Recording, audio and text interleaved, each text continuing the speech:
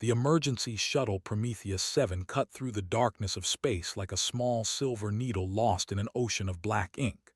Captain sat alone in the pilot's seat, her brown eyes fixed on the navigation display that showed her destination. Colony New Hope was 6 hours away.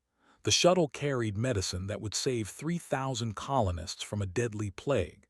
Every gram of fuel had been calculated. Every second of the journey had been planned. The mathematics were perfect. The equations were cold and absolute.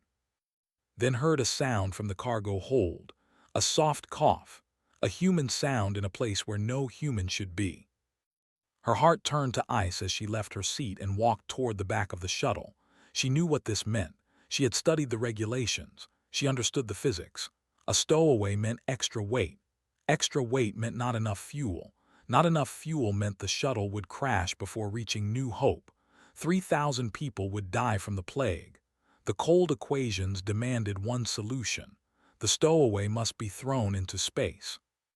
Opened the cargo hold door and found a girl. She was perhaps 16 years old, with messy black hair and frightened dark eyes. She wore a worn jacket that was too big for her thin body. She was shaking, not from cold but from fear. "Please," the girl whispered, "please don't be angry. I just wanted to see my brother." Felt something break inside her chest. The regulations were clear. The mathematics were simple, but looking at this child, she could not accept the answer the equations gave her. "What is your name?" asked, keeping her voice gentle. "Maya, my brother David is a doctor on New Hope. He left Earth 5 years ago. I was too young to go with him. Our parents died last year. I have no one else. I just wanted to be with him." The captain closed her eyes. She understood completely. She knew what it meant to lose family. She knew what it meant to be alone in a universe that did not care about human pain. But understanding changed nothing. The fuel calculations did not care about Maya's story. Physics did not negotiate with love. "Maya, I need you to understand something," began, but then she stopped. She would not say it. She would not tell this girl that she had to die. There had to be another way. Humans had not conquered space by accepting impossible situations.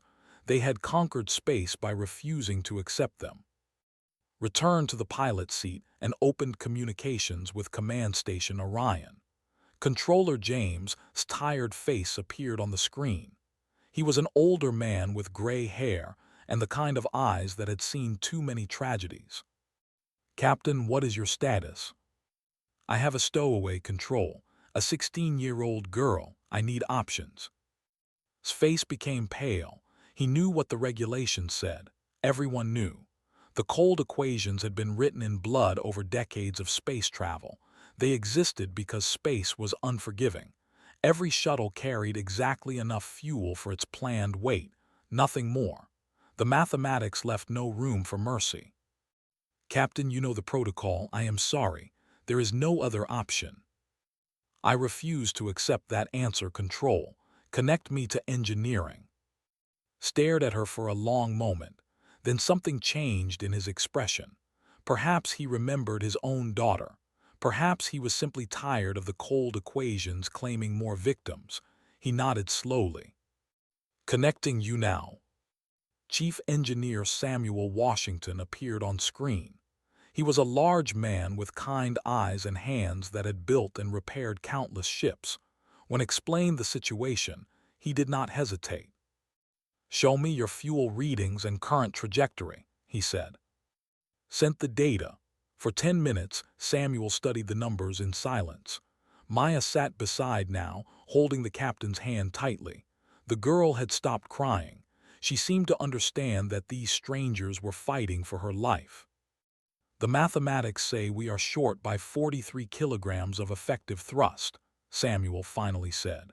"That is the weight of the girl plus what she has eaten and the air she has breathed." "What can we do?" asked. "In normal thinking, nothing. But humans do not survive by normal thinking." Samuel's eyes lit up with something that looked like hope. "Captain, what is in your cargo hold besides the medicine?" "Check the manifest. Medical supplies, packaging materials, emergency rations, standard shuttle equipment."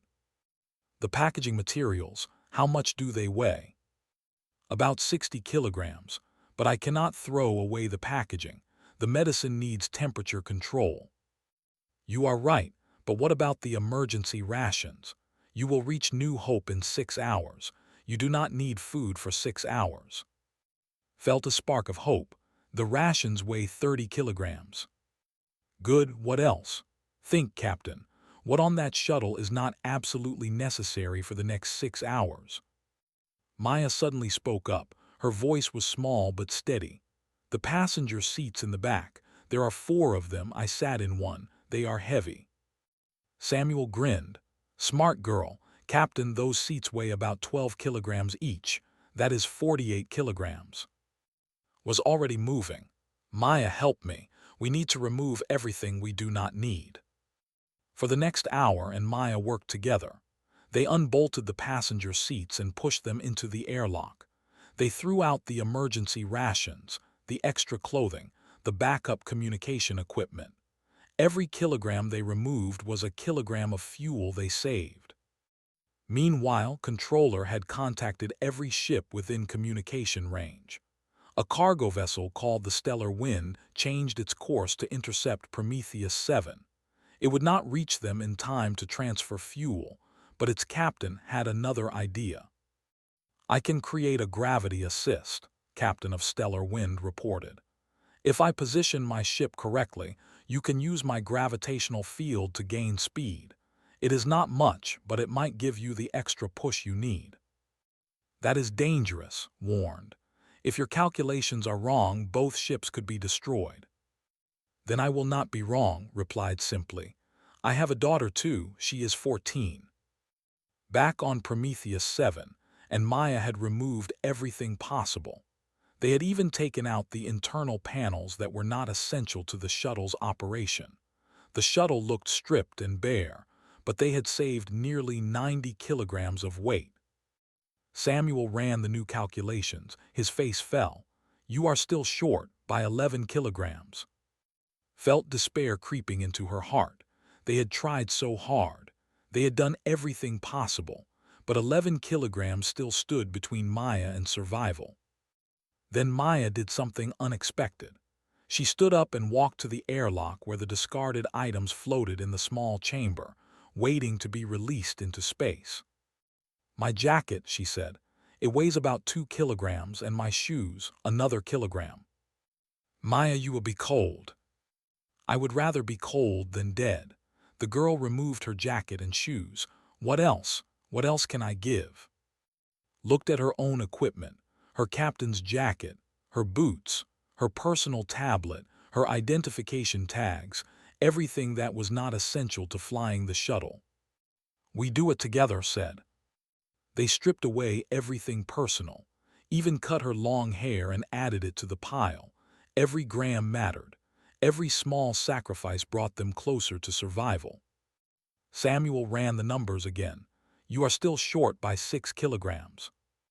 6 kilograms, such a small number, such an impossible barrier. Then spoke up from Command Station Orion. His voice was thick with emotion. Captain, I have been monitoring your life support systems.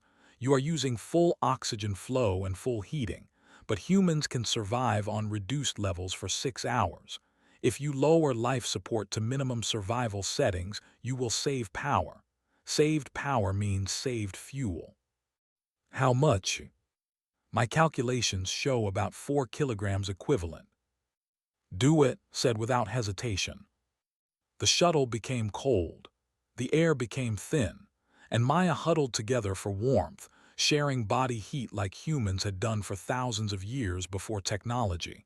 They breathed slowly, carefully, making every breath count. 2 kilograms. They were still 2 kilograms short. Captain of Stellar Wind made her approach. Her ship was now visible through the shuttle's window, a massive vessel maneuvering with impossible precision. The gravity assist would help, but Samuel calculated it would only save about 1 kilogram of fuel equivalent. 1 kilogram. One final kilogram stood between life and death. Maya looked at with clear, calm eyes. If it comes to it, I will go. I do not want 3,000 people to die because of me. Held the girl, it will not come to that, I promise. But she did not know how to keep that promise. Then a new voice came through the communications system. It was David, Maya's brother, speaking from New Hope Colony. Someone had told him about the situation. His voice was breaking with fear and hope. Captain, I am a doctor. I know the human body. Listen to me carefully. The calculations assume standard human metabolic rates, but when humans are calm and still, when they slow their breathing and heart rate, they use less oxygen, much less. If you and Maya can enter a meditative state, you can reduce your oxygen consumption by up to 30%. That will save your remaining fuel. Had never meditated in her life, but she was willing to try anything. Tell us how, she said. For the next 4 hours, David talked them through it. His voice was gentle and steady as he guided his sister and the stranger who was fighting for her through ancient breathing techniques. Maya turned out to be naturally good at it. She had practiced similar techniques as a child, when her parents had taught her to find peace during difficult times. The shuttle grew colder, the air grew thinner, but in Maya breathed slowly, their hearts beating in rhythm, their minds focused on survival.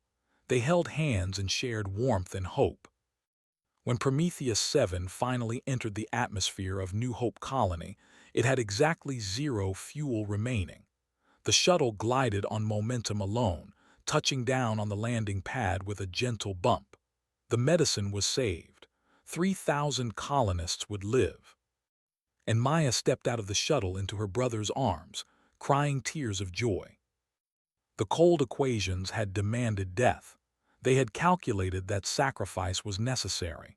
But the cold equations had failed to account for human creativity, human stubbornness, human love. They had failed to understand that humans do not accept impossible situations. They change them. Watched the reunion between Maya and David. She thought about everyone who had helped that day. Samuel, who had found solutions in impossible mathematics, who had chosen hope over protocol, who had risked her own ship for strangers. David, who had reached across space to save his sister with nothing but his voice and his knowledge. The universe was vast and cold and indifferent to human life. The equations of physics did not care about love or hope or family, but humans cared. And when humans cared enough, they found ways to rewrite the equations. Maya looked back at and smiled. It was the smile of someone who had been given a second chance at life. Smiled back. She had broken every regulation in the book. She would probably face discipline, but she had also proven something important. The cold equations were only as cold as humans allowed them to be, and the warmth of human spirit would always find a way to burn brighter.